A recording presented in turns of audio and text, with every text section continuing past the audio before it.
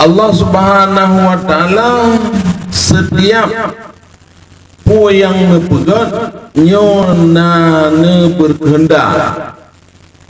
Makna ne berkehendak, pu makna ne berkehendak. Ya. Na ne takhsis dalam bahasa Arab. Na ne tentukan. Pun tentukan untuk wujud, untuk benar. Tentukan zaman benar, pajan benar. Tentukan kiban otena, ya benar. Tentukan kiban hal nasib. Tentukan kiban kata dan kadar, ya benar. Jadi nyo bandum-bandum yang terjadi dalam alam realitanya, nyo kan hal berbetulan, kan kebetulan. Wajib memang mandumnya hasil takhsis Allah Subhanahu wa taala.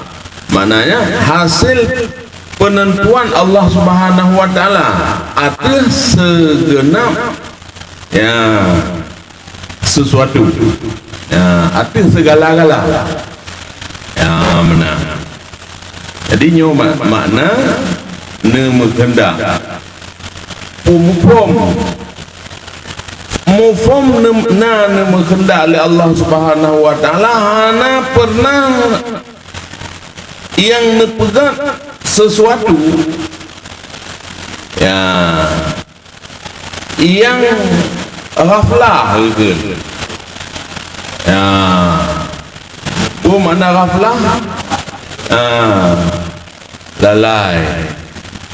Hana penaikan hana itibir daripada sesuatu rencana Allah Subhanahu wa taala yang terjadi untuk menepugat manusia itu 10 miliar.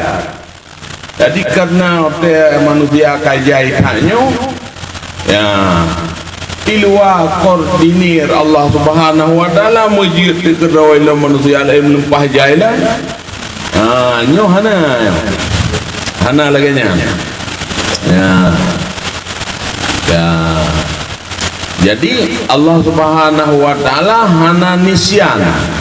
Mana hana nisyan? Hana tua Allah Subhanahu wa taala. Ya, ketika hana tua bandung tingan kiban yang jatah ke si A, kiban yang jatah ke si B, ke segala-gala pakiban yang kalian tentukan laginya. Ya benar. Ya benar. Ya benar. Yang benar makna ne taksis, ne tentukan dengan iradah. Ya.